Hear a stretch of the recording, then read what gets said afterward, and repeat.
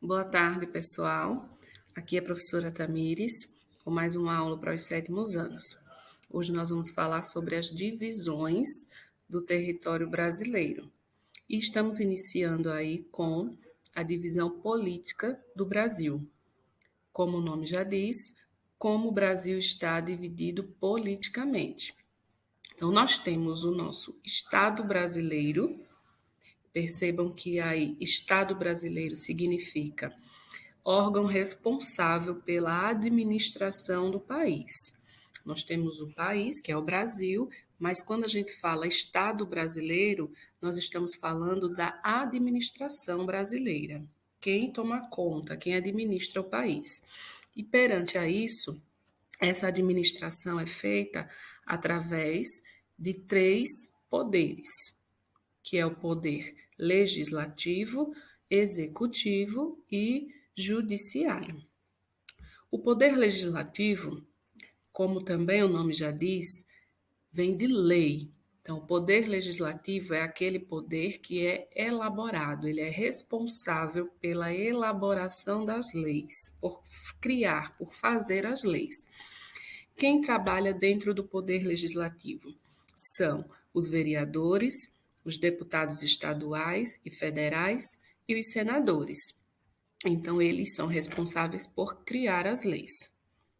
O poder executivo, o nome já diz, é o que executa, é o que faz as leis funcionarem. Então, dentro do executivo, quem é que trabalha? Os prefeitos, os governadores e o presidente.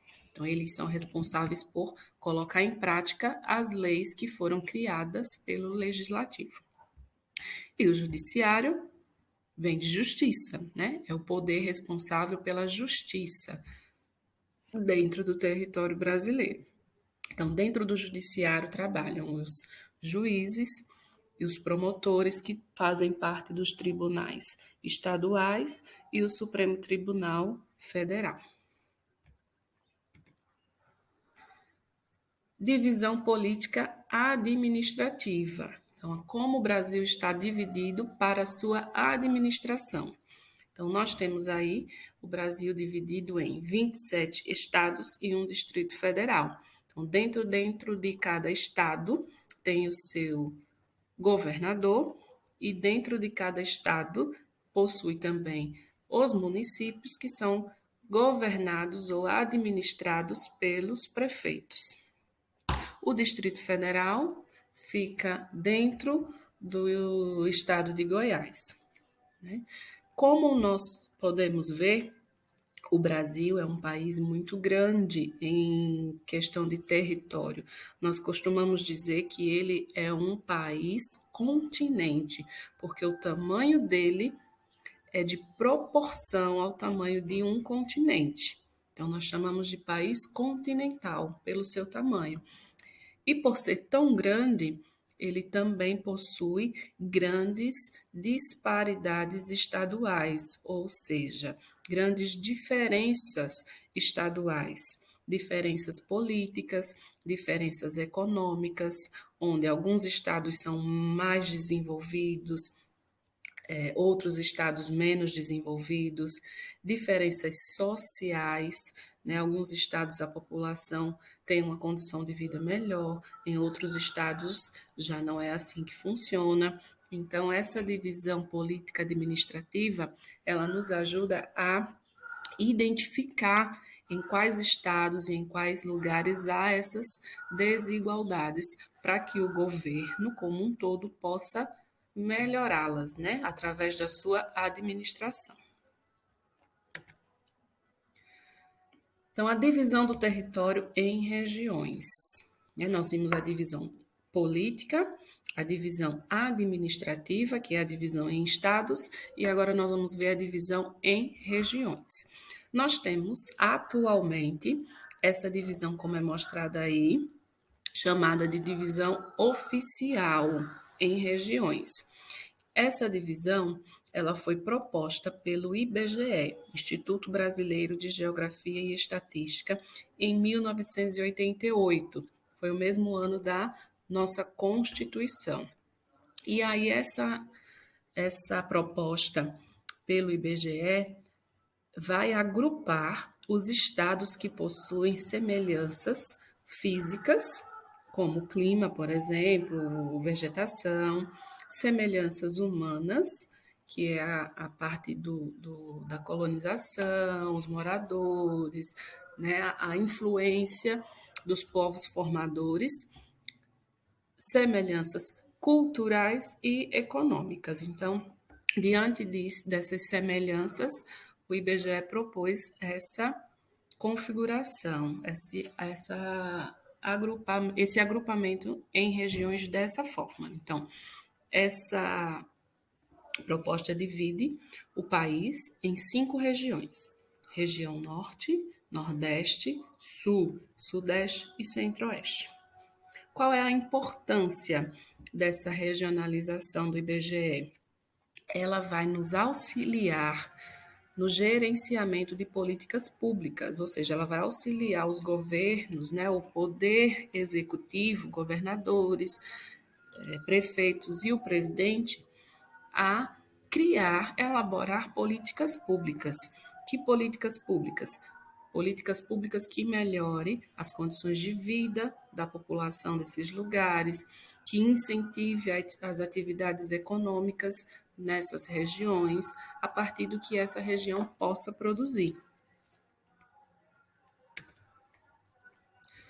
Nós temos também uma outra proposta de divisão regional, que é as regiões geoeconômicas, que seria dividir o Brasil, dividir o país por regiões geoeconômicas.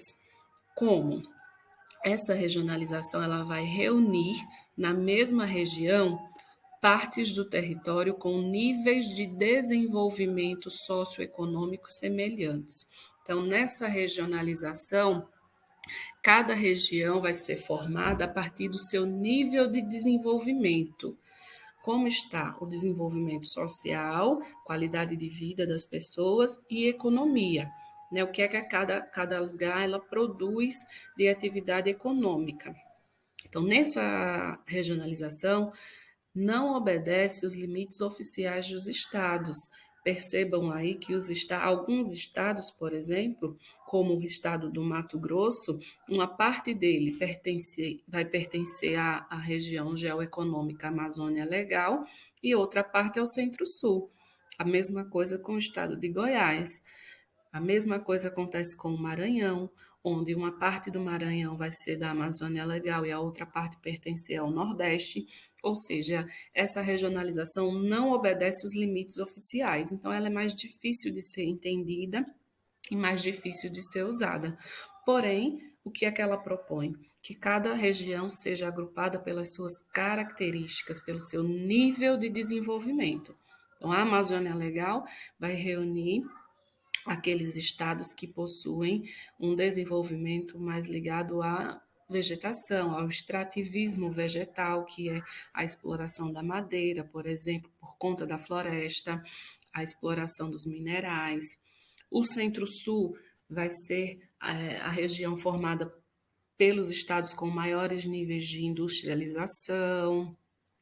Já o Nordeste, por conta da seca, né, houve um atraso de desenvolvimento, então seria uma região mais atrasada, né, que também conta com um desenvolvimento menor.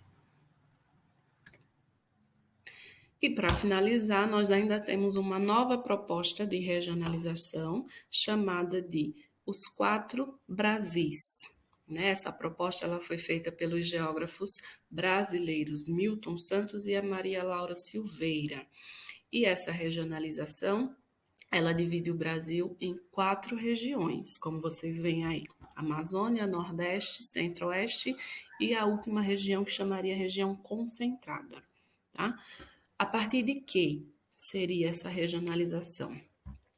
A partir do desenvolvimento técnico, científico e informacional. Os estados seriam agrupados devido ao seu desenvolvimento técnico, científico e informacional, ou seja, da técnica, da ciência e da informação. Então, nós teríamos aí 4 regiões: A Amazônia, seria essa primeira região aí de cima, que reuniria os estados com atividades tradicionais e que usam pouca tecnologia, como eu já falei, a extração de madeira, a extração de minerais, que não requer tantos instrumentos, tanta tecnologia.